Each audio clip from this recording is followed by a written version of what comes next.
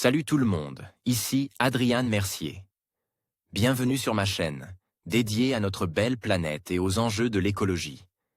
Si vous voulez en apprendre plus sur comment protéger notre environnement et adopter des gestes éco-responsables, pensez à vous abonner pour rester informé.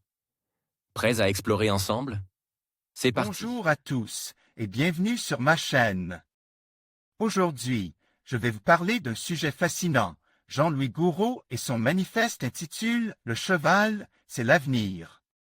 Dans cette vidéo, nous explorerons ses idées sur la domestication du cheval et comment cette relation unique entre l'homme et l'animal a permis de sauver l'espèce chevaline. Nous aborderons également les implications de ces réflexions pour notre avenir et celui des chevaux.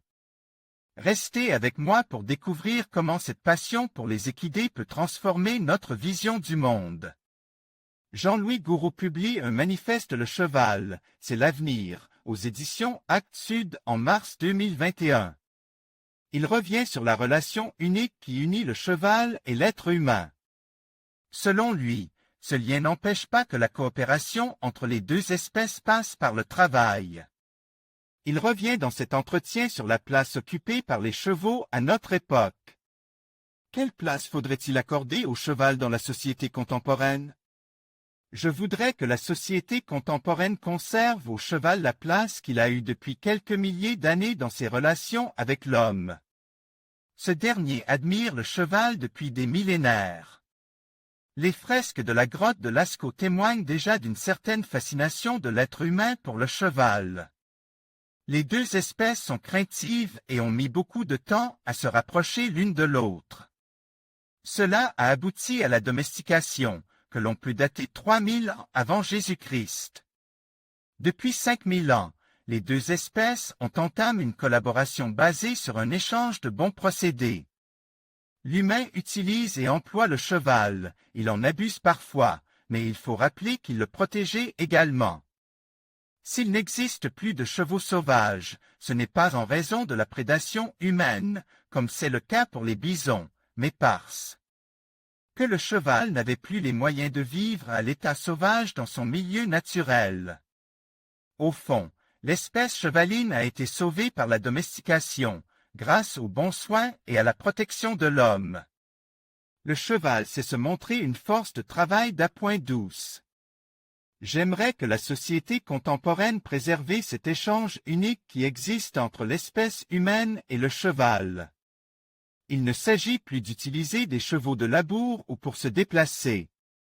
Malgré la mécanisation, nous avons su trouver d'autres usages au cheval et donc d'autres manières de coopérer, de jouer et de travailler ensemble.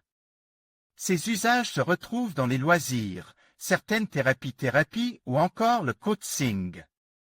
J'aimerais que ceci soit préservé, contrairement à ce que certains, dont les antispécistes, semblent préconiser. Jean-Louis Gouraud, à gauche, et William Kriegel, à droite, au haras de la Sens, Rochefort-en-Yvelines, Yvelines, France.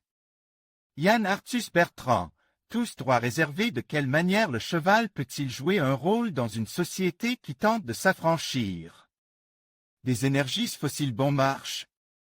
Il y a des tentatives intéressantes pour redonner une place au cheval dans l'agriculture ou la gestion forestière. En effet, son passage est moins destructeur pour les sols que les chenilles des tracteurs. Cependant, ces usages demeurent minoritaires car, avoir un cheval, c'est beaucoup de contraintes, des soins, du temps et d'entretien. Il est certainement plus pratique de disposer d'une clé à tourner pour mettre en marche un moteur. Cela explique qu'en Mongolie et dans d'autres grands pays d'élevage, le cheval, même s'il est encore pour un temps majoritaire, se voit supplante par des véhicules à moteur. Si vous laissez à un éleveur mongol le choix entre un cheval et une moto, il va préférer cette dernière. Pourtant, le cheval perturbe moins la nature que les moteurs. Quelle place peuvent trouver les chevaux sauvages en liberté dans la nature? Est-ce possible et souhaitable?